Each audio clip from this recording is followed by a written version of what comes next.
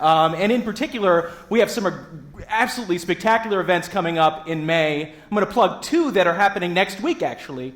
One is on Monday at noon. We're going to have one of America's leading lawyers of the First Amendment, Floyd Abrams, here, a great friend of the National Constitution Center, talking about his new book, The Soul of the First Amendment. And so I think it's a really great complement to the discussion we're going to have today with some of the leaders in American media. And then next week on May 10th, which is Wednesday, at 6:30, we are going to have a newly announced event entitled Digital Privacy in the 21st Century, which we're going to bring together some of the leading scholars of the Fourth Amendment, of national security, to discuss the challenges of how do we translate the Fourth Amendment for the digital age, and how do we balance the competing interests of security and privacy here in the 21st century. It's going to be a way in which we're kicking off a white paper series that we've put together here at the National Constitution Center with the generous support of Microsoft. And so we're going to be bringing a lot of our white paper contributors here to discuss that important topic. And the anchor of the event will be our own great Jeffrey Rosen, our president and CEO, giving a keynote on, this may be very surprising to you, what would Brandeis do in the digital age? And so combining two of his favorite topics, digital privacy and Louis Brandeis. So it should be a sensational event next Wednesday, 6:30 p.m. Sign up for it, come. I'll be moderating the panel, so you'll get to see me too. I don't know if that's a deterrent or not, but I wanted to at least mention that as well.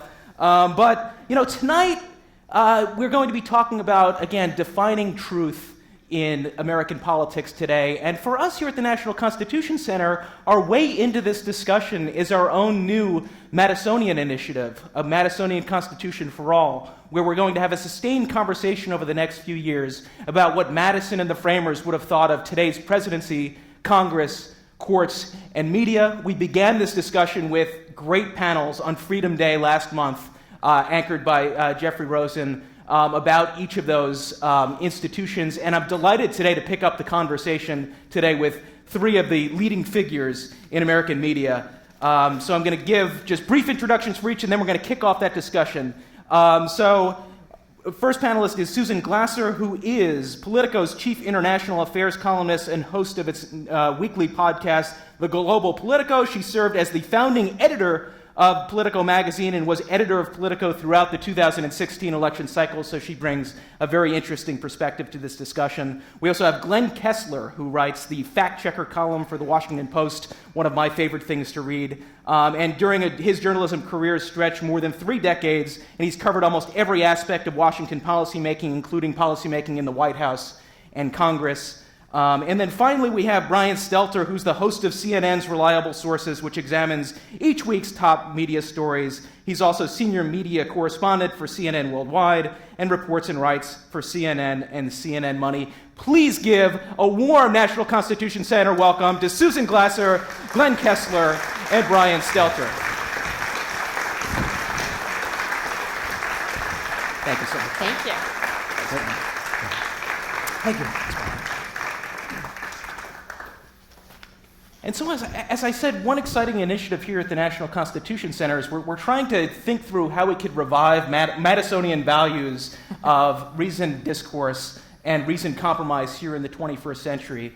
And, for Madison, his vision of the media was that it would serve as an important way of providing facts and reason for discourse in America, with the idea that we're creating this new federal government, we're going to attract the best and the brightest people to be elected, and they're going to lead a public discussion for all of us to refine public opinion and have American policy really driven by compromise and discourse mediated by the media. Brian, just kicking it off to you, to what degree do you think that we're living up to this Madisonian ideal today or falling short?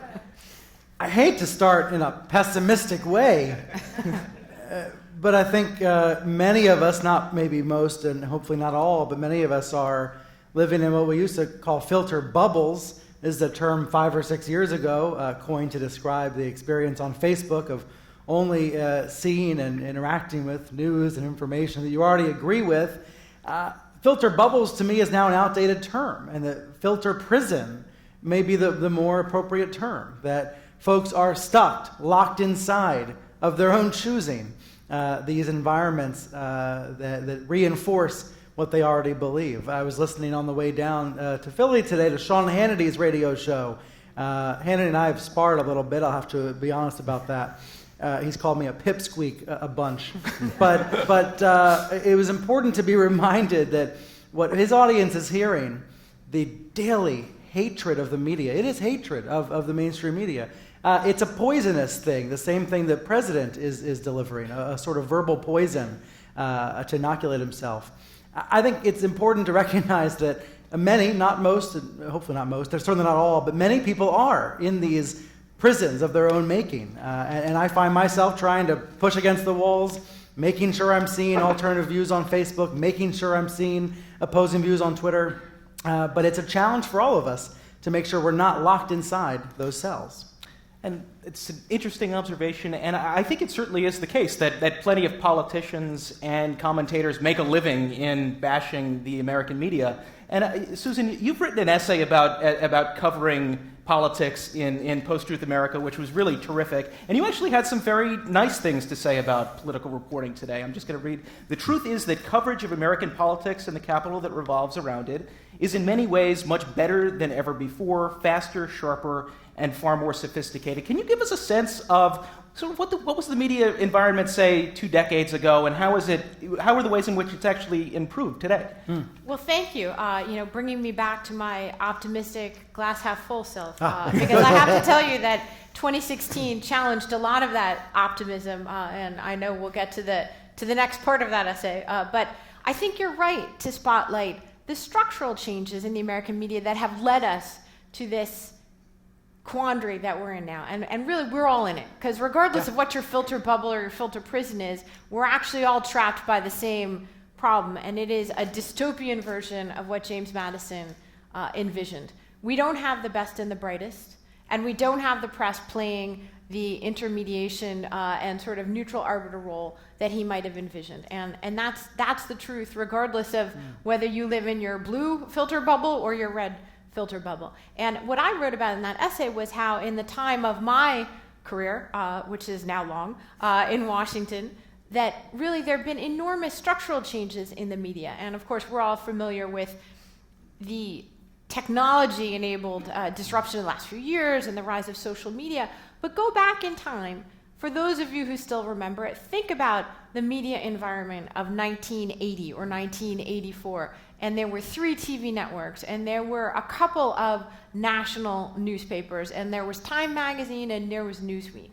And in that media environment, it was a completely different kind of thing, not only because it meant that the news cycle was slower and all those things, but just to the point about our politics and facts and truth.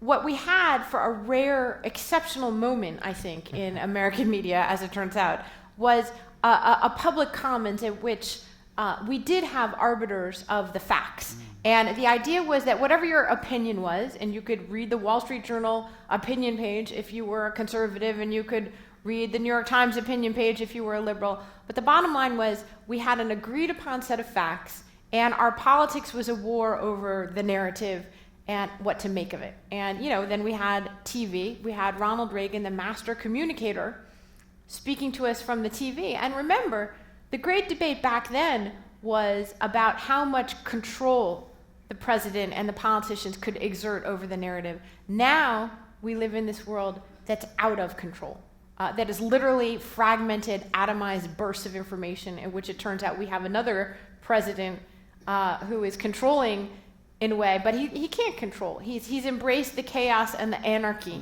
of the media moment. And I think it is a sort of a chaos and anarchy that this fragmentation has brought us. And correct me if I'm wrong, there was respect in the 1980s on the left and the right? The New York Times op-ed page and the Wall Street Journal, but mostly respected each other. There was civility. That I don't see right I'm now. not so old that I can say I was a practicing journalist at this time, but I was certainly consuming some of this. Well, and also there was, the most important thing is there was everyone sat down and watched Walter Cronkite and got the same basic information.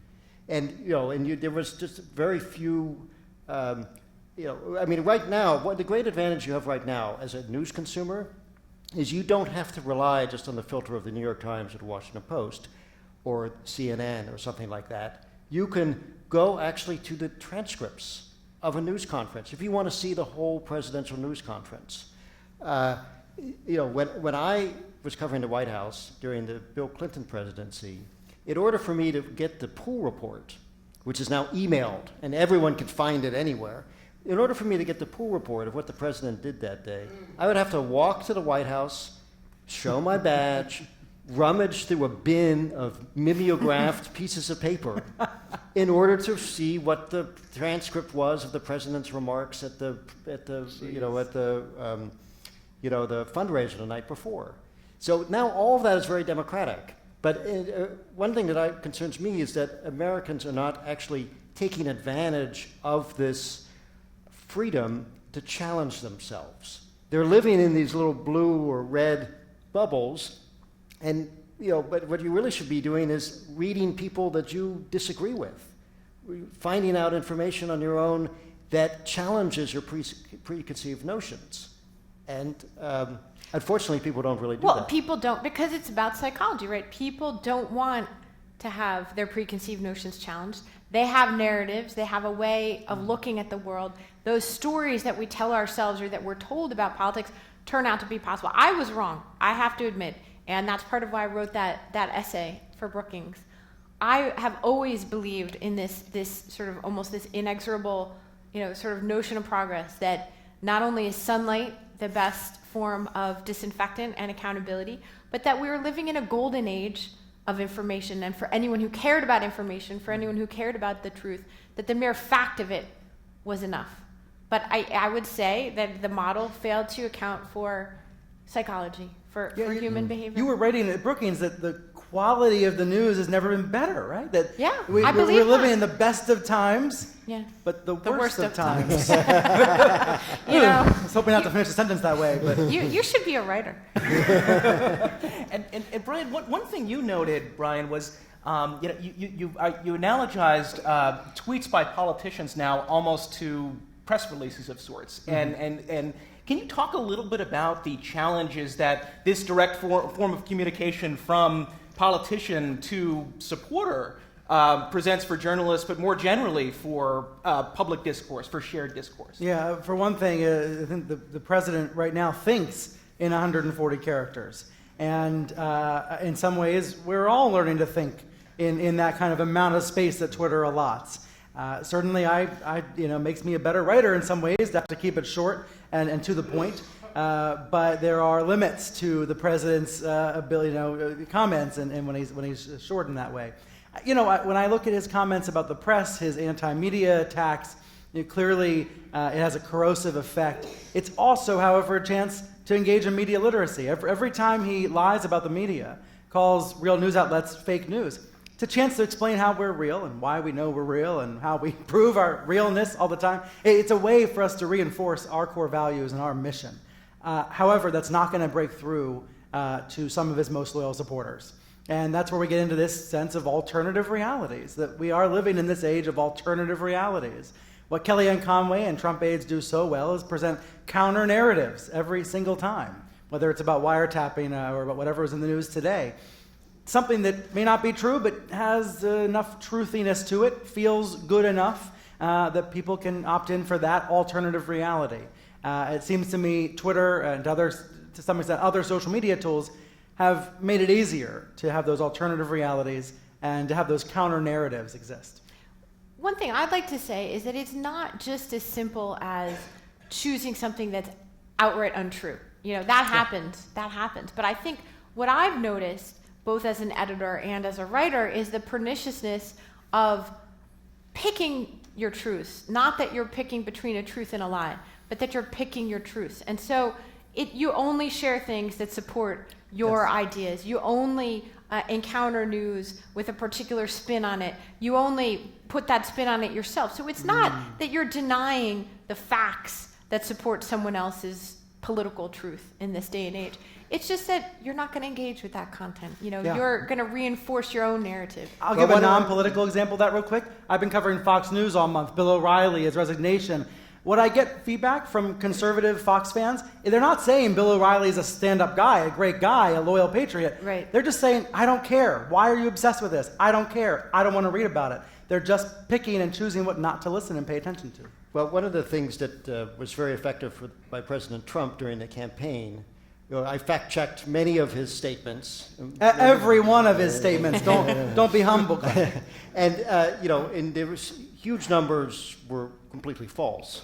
But what he was very skillful at was making claims that his supporters already believed. So, and that way it resonated with those supporters. So he would say our borders are being overrun by illegal immigrants. Now the data all shows that illegal immigration has been going down. The borders are not being overrun. But because he would say that, and that's something that his supporters believed, it was resonating that way. So when I would write a fact check and saying this is not correct, I would hear from his supporters, and that no, I was wrong. Of course I was wrong, and of course Donald Trump was right. And so it was very, and he's a pretty good. He's very skillful at getting his message out. But that was something that struck me after fact-checking him over and over again, that he was very strategic about making sure that the claims he made were things that his people believed. Hassan Minhaj said it so well at the White House Correspondents' Dinner on Saturday. He said, we're living in an age where trust is more important than truth. And you're saying that his fans trusted those statements, believed them, whether they were true or not. Right, well, because social science research shows that you are more receptive to things that confirm your preconceived biases. Right. Mm-hmm. So if he says these facts, and for his supporters, these facts are things that they already believe, well, then it's gonna stick with them, and it's hard for someone like me who tries to separate out what is truth and what is fiction, to make inroads with people that believe, are not going to be receptive to my fact check because it disagrees with their preconceived notions. And Glenn, can you talk a little bit more about your fact-checking process? I mean, people, they famously claim we live in a post-truth society. Your job is to separate out fact from opinion, and sort of, what's your method for sort of finding what you would take to be sort of an uncontestable fact versus an opinion or a fact that might be contested? Like, I don't know exactly how to ask the question, but I'm curious about your process. Oh, okay. Well, we don't really fact check opinion. I mean, the best fact check is a statement with a number in it.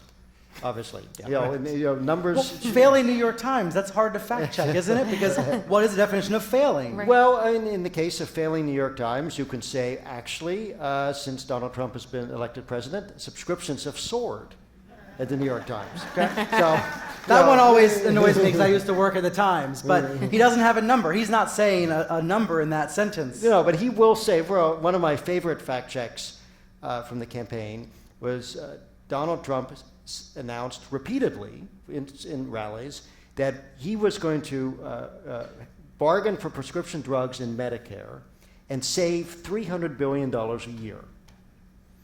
Okay, that's a number, and he says he's going to save $300 billion a year for Medicare in prescription drugs. Medicare only spends $78 billion a year on prescription drugs. So those numbers don't quite add up. And in fact, in one of the debates, Chris Wallace of Fox News actually took the numbers up that I had identified and showed them to Trump. Says 300, 700, doesn't add up. Trump didn't really respond, but our process is you have a number. We also look for issues that are important, that are in the news. We get about 50% of the fact checks we do are from reader questions. Readers heard something and they want to know what the answer is. But the important part of the fact check, what I hope is that if you are a regular reader of a fact checker, you will gain an understanding about the complex issues involved in policymaking in Washington. Checking the statement is just a means to an end. That's why you put the grade at the end, isn't it? Yeah. You gotta eat your peas before you want us to read. But look, it's still an art, not a science. It works. And that is the thing that any fact checker will admit to. It's still an art, not a science. And I think that's where people get tripped up and, give me your methodology, give me your typology. Well, here. we're reporters, and And the by the way, Pinocchios are just Pinocchios are, I mean, you know, which. By you the know, way, Glenn and I have a long history in this. I actually was the editor who came up with the fact checker and the Oh, I didn't Pinocchios, know and that. I'm so delighted that they're still in existence all these That's years cool. later.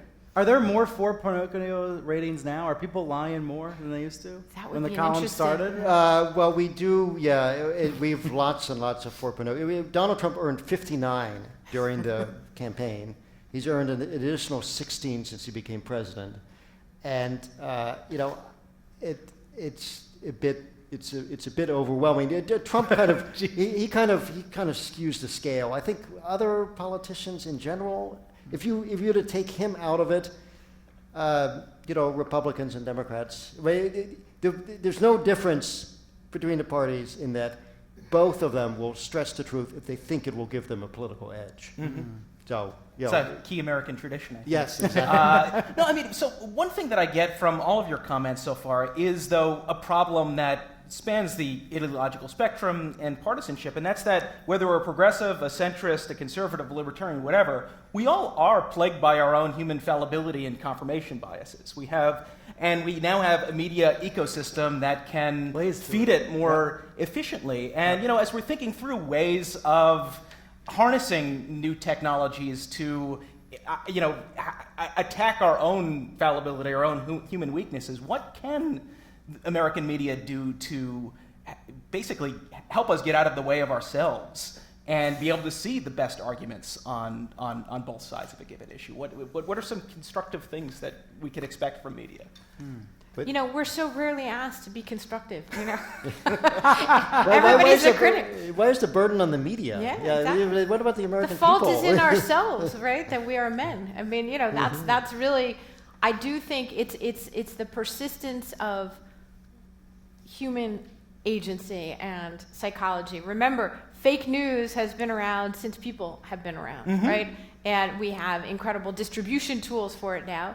And it's like anything, we've made it so easy in this day and age. But I think, what I come back to is there are reasons to be optimistic in the midst of this moment of really creative and not so creative destruction, right?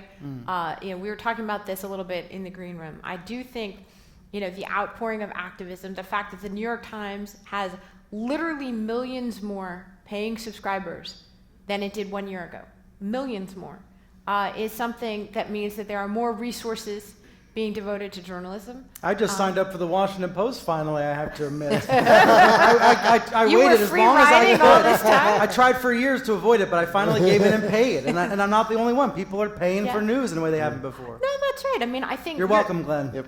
You're I talking appreciate it. about the disruption of the economy in a way that, it affects our democracy in a particular way, but nothing that we're seeing here would actually be unfamiliar to people looking at a case study in any other business. We went from a scarcity economy. News was scarce in this day and age that I was talking about initially, right? With the 3 TV networks and a handful of national papers and a couple of national news magazines. It was a scarcity economy. Those who had access to the information dictated the terms upon which you received that information. Now, we're in the exact opposite. It's not that different from the Walmart economy as opposed to, the economics of 19th century America, right? We've transformed news from something that was held by a small number of people and could therefore be parceled out responsibly, right? To something that is everywhere and all around us, and we all are individually empowered to deal with it. I would say, as a parent, let's talk about education if you want Right. to talk about how we're Exactly. going to be better. It's not Yeah. the news Yeah. media's fault per se. What are consumers doing with it? If we're all our own entrepreneurs now and we're all our own news consumers and editors and That's a producers. big job. We all have to be So our it's own a cultural editors. transformation of sorts. Well, Yeah. there are actually now high schools and college courses in learning have become good news consumers and how to identify poorly done journalism, fake news, other aspects of journalism. But I mean, Yeah. it's a trend at college campuses. But I don't want to let media companies off the hook either. Yeah. I don't Well, want to let particularly newsrooms CNN. off the hook For either. sure, for sure. But I would make the case that media companies, the CEOs should be spending some more money on media literacy, on these educational Absolutely. initiatives that we're describing. I would put even more onus on Facebook and on Apple and on Google. 10, 15 years ago, these companies gave us some of the coolest tools on the planet. They allowed us all to have smartphones, so we have access to everything in the world and everyone in the world. And they gave us the internet and the World Wide Web and Facebook. They handed us these incredibly powerful and scary and damaging and enlightening and wonderful tools and didn't really teach us how to use them. I mean, if we step way back, do any of us really feel like we know how to use these tools, these incredible technologies? I don't, and it's my job. Well, and by the way, I they didn't- share fake stories by accident like everybody else does. Well, and it's not only, it's even more pernicious than that, right? Like, arguably, their business model, they were set up to maximize profit taking. They didn't invest in that. The reason that they didn't teach you to do it is because they didn't make it a priority. And economically, they chose to make money off of content while pretending that they weren't content companies. Yes, And I think yeah. that is obviously now, Silicon Valley is shocked into Yeah, now they're waking up. recognizing Right. that their role that they play in our society, in our democracy, is different than what, by the way, people were telling them for a long time. So Yeah. I absolutely think Brian's Yeah. point is really important when it comes to the platform companies, which is the lingo people are using. I also think, when it comes to television, cable television, when it Well, I was comes about to get to that part, TV. let's be real here.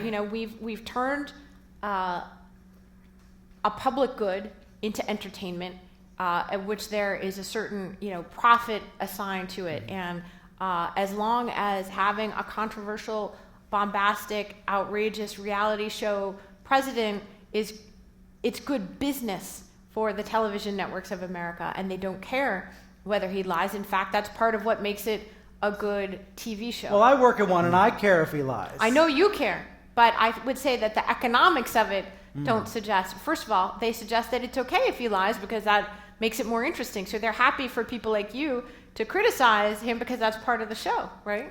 Then it gets really, then it gets kind of a sad commentary that we employ fact checkers, but it's all in the service of a show for the president. I mean, I do think, think about television. One of my pet peeves, to pick on kind of a small example of a big problem, the labeling of guests and the labeling of stories and the labeling of certain shows, again, not to pick on my friend Sean Hannity, his show and Fox Newscast are labeled the same. They look like they're the same thing. They're not. They're different products. There's versions of that are less severe on CNN. It might say political commentator on the bottom of the screen when it really should say former Trump campaign aide, and then 7 other disclosures about what that aide does. We expect the audience sometimes to know all of this stuff, to know the differences in the product. And that's unrealistic. I fantasize about, I have weird fantasies, okay? 5 years from now, I fantasize about a version of my glasses that are augmented with augmented reality, that if I look at a conservative news site, that I'm reminded of its origins. If I look at a liberal site, I'm reminded of its funder, of its funding sources.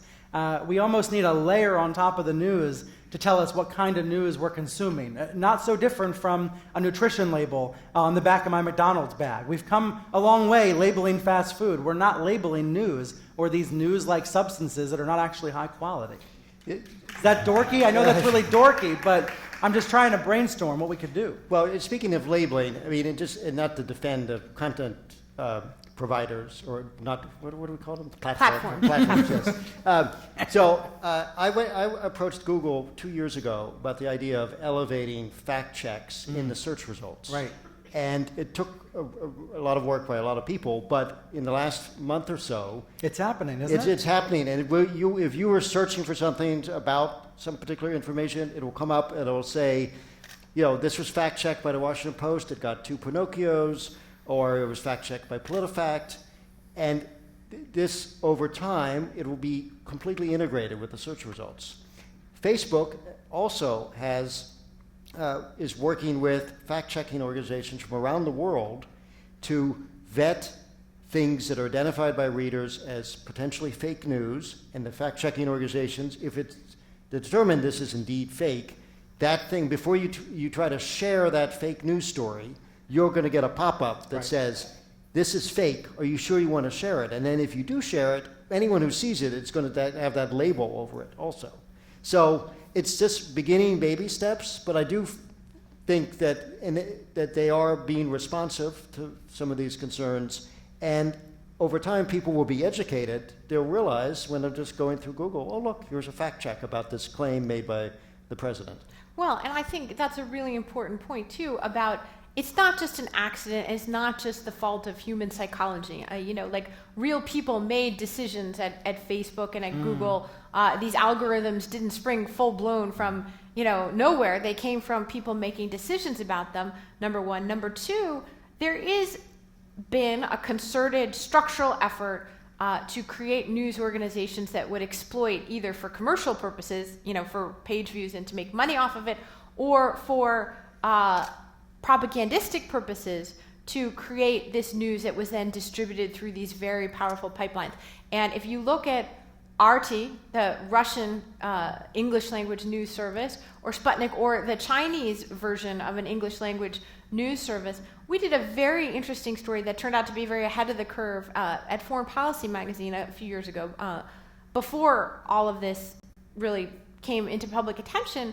And what it found was there were so many stories around the world, if you Googled them, because BBC had been cut back, because America was no longer in the business of doing this, because there have been cutbacks at so many American independent news organizations, often the only English language content that you could find would be just on some earthquake in Nepal or something like that. Crashing, Absolutely. It would be from RT. And that, it was a structural shift that, state actors were moving in on. So I don't want people to think we're all just saying, we're blaming you and it's all your fault and you got to stop eating junk food of news, because I do think there were really structural things that happened here. Yeah. And then, Glenn, I saw that you had written a post that was a fact checker's guide to identifying fake news. If we treat tonight as a bit of a public service announcement of sorts, what are some of the ways in which, just as a consumer of news, we might be able to separate out something that might be fake news? Can we define fake news first? Are we using the president's definition, or are we using Glenn's definition? Glenn, why don't you Can give we us use your Glenn's? definition? I don't want to use the president's. CNN is fake news, he says. Fake news is invented news. For instance, a very widely shared story during the election, 1 million shares on Facebook, was that Pope Francis had endorsed Donald Trump. And the fact check of that, done by Snopes, which often debunks things on the internet, got 22,000 shares. So it's hard to sometimes catch the lie before it runs around the globe. In the guide to fake news, a lot of it has to be, you have to be a discerning consumer. So, and part of the problem with particularly things in your Facebook feed is you may just see that headline, and a headline from, the Beacon News, I think that was one organization, the Boston Beacon. Or the Denver Guardian. Or something Sounds like, real. Right. Sounds legit. And that headline is going to look the same as a New York Times or Washington Post headline. Yeah.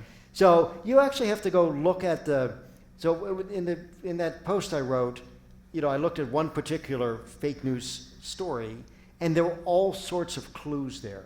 For instance, the URL. This one particularly, I guess it called itself ABC News.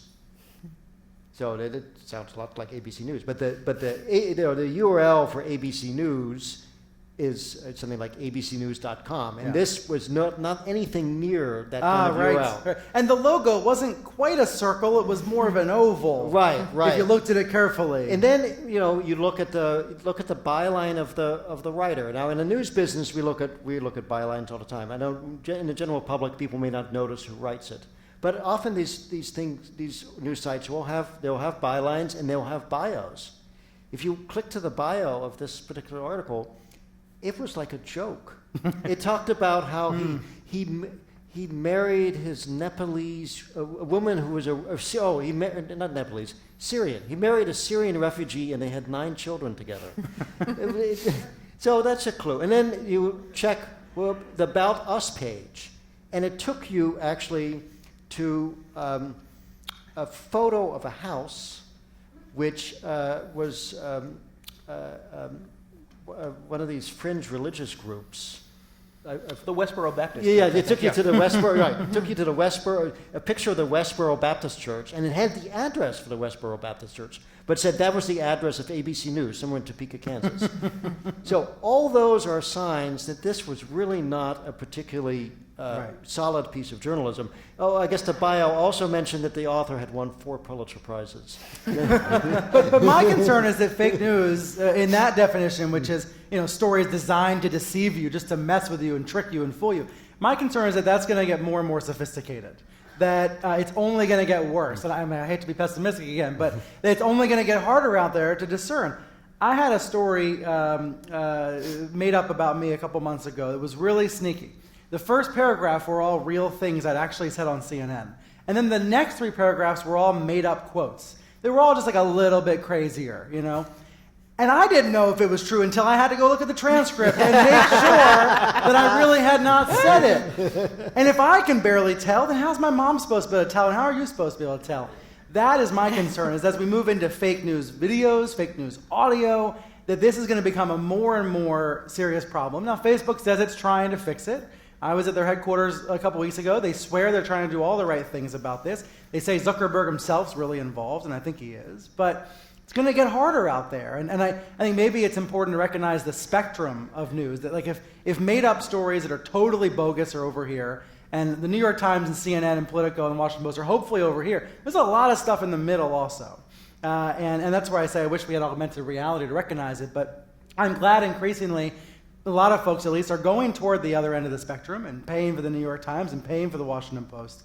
Because it's going to get harder and harder to recognize the bogus stuff, I think, on the other end. Well, that's by my the way, fear, at least. Even the terminology suggests the problem that we face going forward.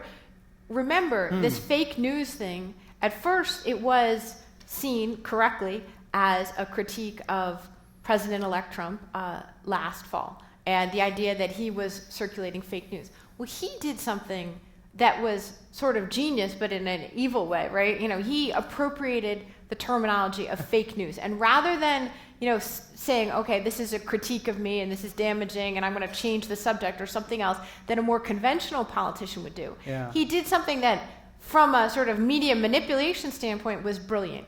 But it suggests the problem we have, which is he has tried to appropriate the term fake news. So now, even to have, as 3 journalists who care a lot about the truth and a lot about facts, to have a conversation here on the stage with each other about fake news, you have to say, well, wait a minute. What are we talking about? Okay, fake news. Which fake news? If we were, and this is, of course, I think it's a huge problem for us going forward. It's how the president sets an agenda. Yeah. We're having to defend ourselves against his attacks. That's all about this weekend in Washington. At the dinner, it was all about standing up and saying, we're not the enemies of the people. That's right, which doesn't come across well, doesn't play well. No, we're on defense. Regular people think, well, they must have something to hide. Yeah. We don't, I swear.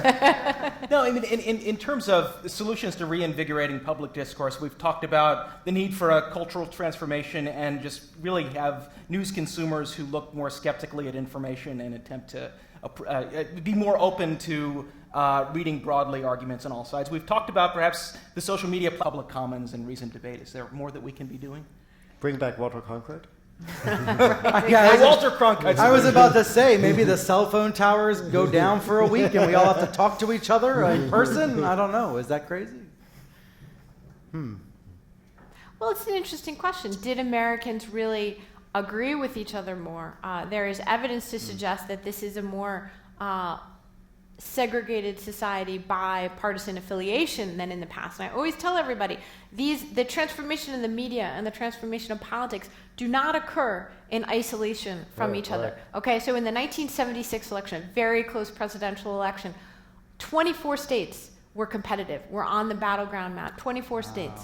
By the time of President Obama's re-election campaign against Mitt Romney, it was basically a battleground of 10 states, and that was being somewhat generous in terms of the definition, right? So what increasingly, basically, it's the sorting of America into where you live is also what party you're affiliated with.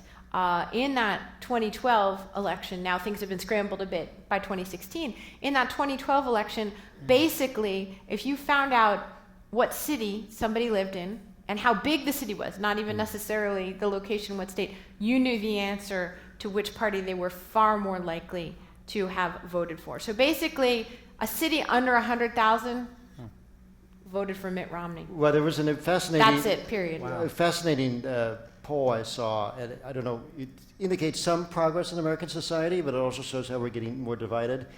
Americans these days are more likely to say they would be upset if their child came home with and said they wanted to marry someone of a different party than of a different race. Yeah. It was more acceptable that they married someone from a different race than if they came home and it was a different party. Yeah. So that shows how partisan we're becoming. Wow. No, that's something else. So I mean, one of the ways in which we try to go about fighting against this polarization and this balkanized discourse here at the Constitution Center is we have this great online tool, an app called our Interactive Constitution, where we bring together the best scholars, liberal scholars and conservative scholars, to debate each clause of the Constitution. And what we force them to do is come together, write 1,000 words about what they agree about that particular clause. So it could be the Second Amendment, or it could be Article 1, Section 8 in congressional powers, and then write 1,000 words in terms of what they disagree about. And so it allows, all citizens to just log on, go in, look, and they could see the best arguments on all sides, and we vetted it with the American Constitution Society, the leading liberal legal organization, and the Federalist Society, the leading conservative organization. And so this is a model where there's good information for vigilant citizens if they're looking to learn more about their Constitution. My question, though, is surely there are other products like this out there in different tranches, whether it's policy or whether different policy areas. What can we do to sort of get more people to find this information? Is it? Yes, I'm sorry. Well, no, I mean, this is great, and that's a fantastic project, by the way, that you have here at the National Constitution Center. I recommend it to everybody. But this goes to the point about journalism, information writ large, whether it's journalism or from academia or a think tank, has never been better by many of these indices. And you can go to different policy areas, and you know what? You're going to find more vigorous debate, discussion, reporting, access to firsthand, easy access to the leading experts in the field, whatever the field is, than ever before. It's not just that poor Glenn had to go to the White House to get that pool report. Basically, any subject in the world that you care about, especially connected with our national government. I think it might not be as true in certain state and local levels where there hasn't been the level of investment or economic reason to invest in it. You can find more information now and genuine information, have access to direct experts in your field, whatever it is, more easily than ever before in history. That's not the problem. And in many cases, by the way, there's a large audience for this stuff, whatever it is, and they've made it easy for you to access. The problem is navigating it, number one, right? So having the time to differentiate, to tell what's a good source, what's not. Number two, there's the economic basis upon which journalism or think tanks or academia going forward, they're all being disrupted to a certain extent. And I think the business models are broken for many of them. And so I think that's a genuine concern. And so realizing you have to pay for information for it to really have value, I think is something that is going to have to be restored in some way for some of these projects to go forward.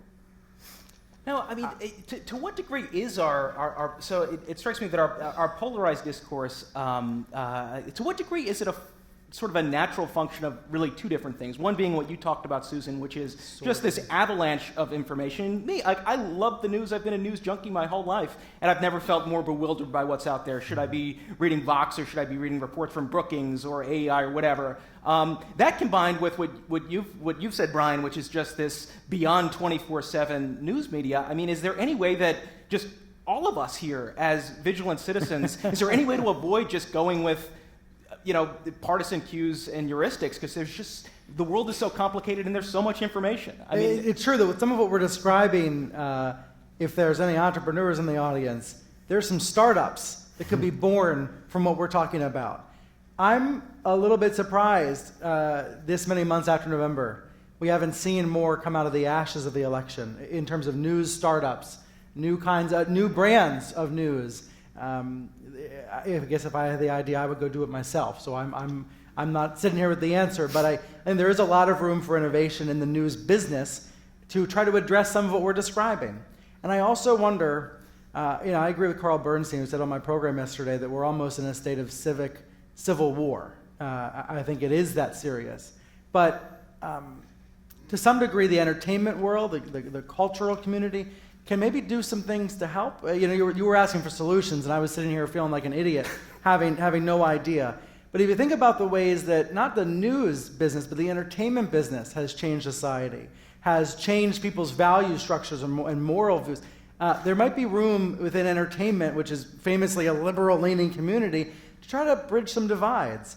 I wonder if through humor and through entertainment and through common, even though we have 1,000 options of what to watch now, if we see each other, including Trump voters and non-Trump voters, reflected in our entertainment as well as our news, if maybe that helps a little bit. So I'm yearning for optimism here and thinking a little bit about what those TV shows might look like. Maybe that's another entrepreneurial option. Well, part of it also is just approaching people at a ground level experience. Yeah, an approachable way. Well, I mean, I don't know if you've seen it. It may have been in your Facebook feed. There was a pretty nifty ad put together by Heineken where they took people of different political beliefs, but didn't tell them they were completely different political beliefs. And then they assemble a bar together and get to know each other. And then just before they have the beers there ready to drink, on comes a video, and a woman who's transgender sees that the guy that she's making the bar with says he hates transgender people, and doesn't think they're real. And they look at each other, and then the announcer says, now you can walk out or you can have the beer. And from that common base of having built the bar, they all decide to sit down and have the beer. And corporate America then can be part of the answer here. Right, exactly. Even though it's beneficial for them to be making ads to sell their products, maybe that can help. Can I just say, I feel like that's a little bit of a liberal fantasy. And that's part of the problem is that, what you then have is sort of like, this is Blue America's program for figuring out how to talk to Red America, which might not want to participate in that program. I worry that that's some of it. Well, to my point about Hollywood also, right? If a bunch of liberals try to write sitcoms appealing to everybody. So then they're going to preach to people their values of liberal tolerance or whatever. Right. But I do have an optimistic maybe germ of a notion, which is that, a lot of the media that we're talking about, first of all, it's not one size fits all. And you guys, of course, know that all because you're consumers of it, but it bears repeating this conversation. Most of the sort of crisis of the public commons that we're talking about really are big general interest legacy institutions in the case of the Washington Post or the New York Times, even in the case, arguably, of CNN, which is transitioned. Big general interest things that rely on big audience that's trying to serve a broad cross-section of the American people. I feel that there's still a fair amount of optimism when it comes to other models of media and other kinds of media. So you asked me about, you raised the great point of what you're doing here at the National Constitution Center. When you look at sort of vertical media, media that is organized around, say, a subject where everything that you need to know about healthcare, if you're in the business of healthcare, or everything that you need to know about, technology, or pick your industry. You've seen an incredible amount of innovation in the journalism and the information available in all those spaces, and how the experts in those fields communicate with people.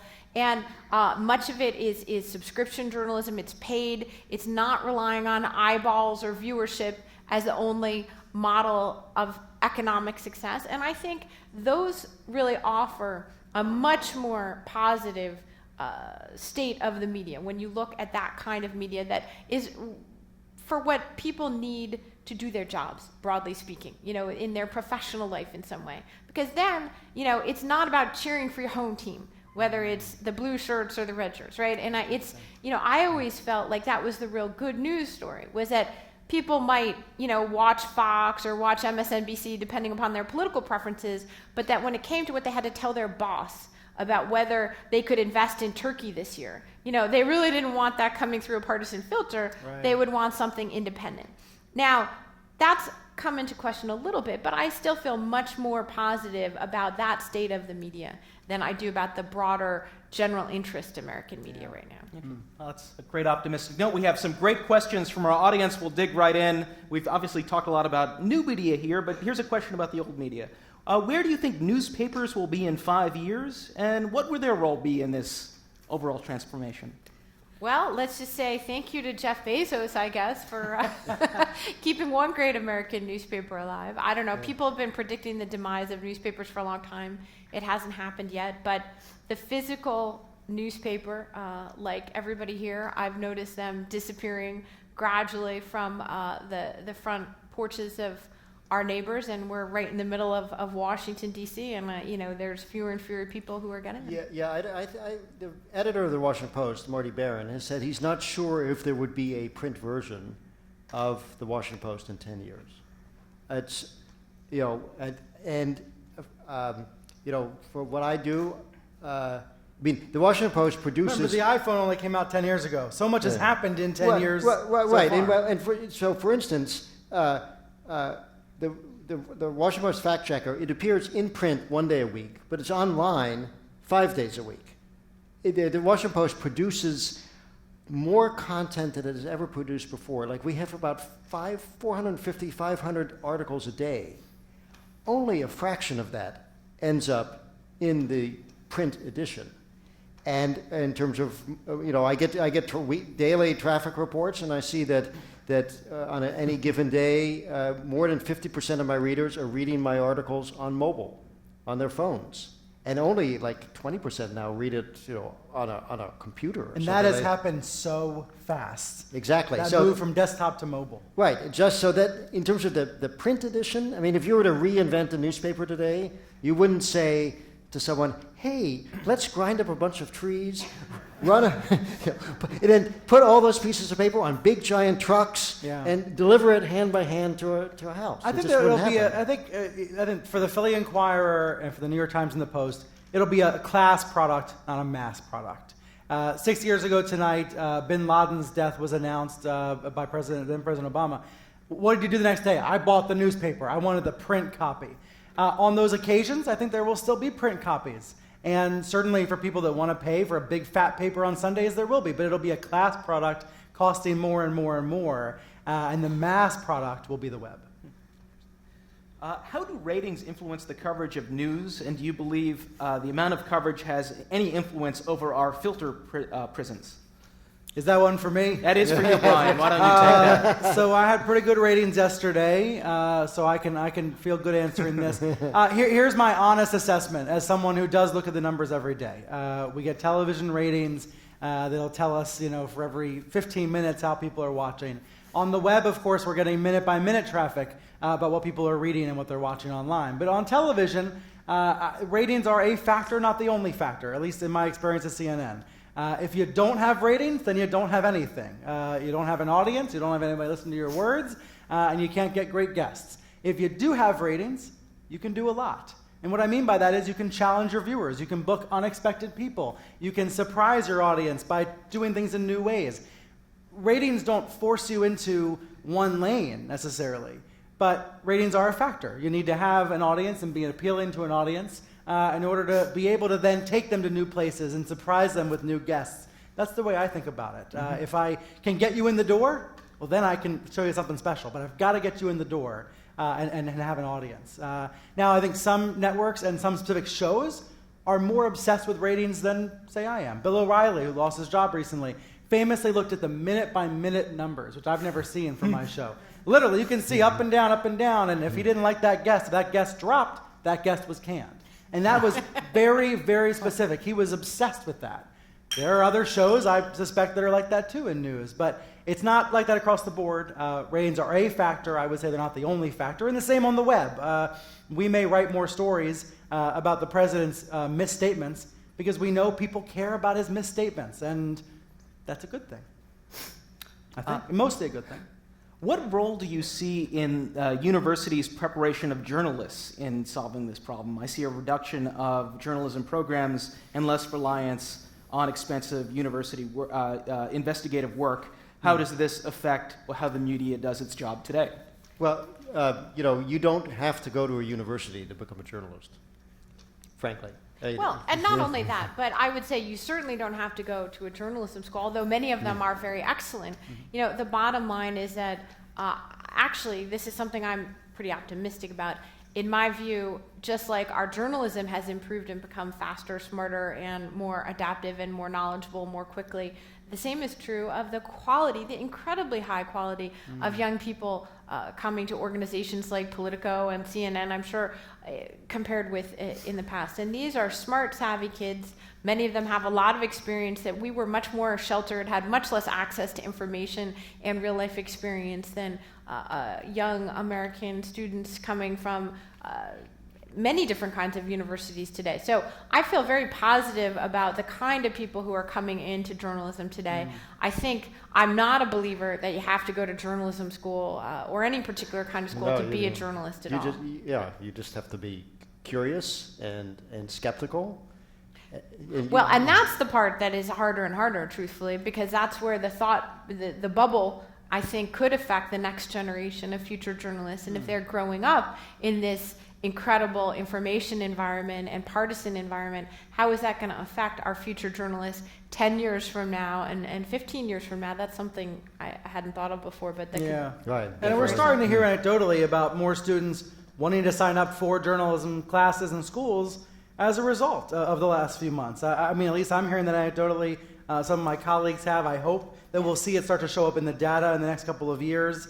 A new generation of journalists that are motivated both by the weaknesses and the flaws of the folks that are doing it today, and also excited by the challenge that journalists face with press freedom. I credit the movie Spotlight. Spotlight, yes, right. By the way, the movie All the President's Men is my husband's favorite movie. It's one of my favorite movies too. He's the chief White House correspondent for the New York Times. And that is the reason that he wanted to be a journalist, is Woodward and Bernstein inspired an entire generation of journalists. And it may well be that whatever comes out of this crazy topsy-turvy era in our politics will produce a new generation. And just one thought, there's chances for students to be learning the tools that I'm already starting to get having a hard time using. I mean, I'm allegedly a millennial, and yet I have no idea how to use Instagram stories. And I know there's probably great ways to create really interesting journalism on Instagram stories or on Snapchat, but I'm giving up on myself right now. So there's chances for students to help us use these tools we've been given in ways that that I can't. We have Snapchat fact checks. Snapchat fact checks? Yes, yeah. Gotta look this up. Well, That's pretty cool. thank you so much for this terrific discussion. Let's give a great National Constitution Center applause for Susan, Glenn, and Brian. Thanks for a great night. And thank you, everyone. I did not know that. It was done by my colleague who was in the left.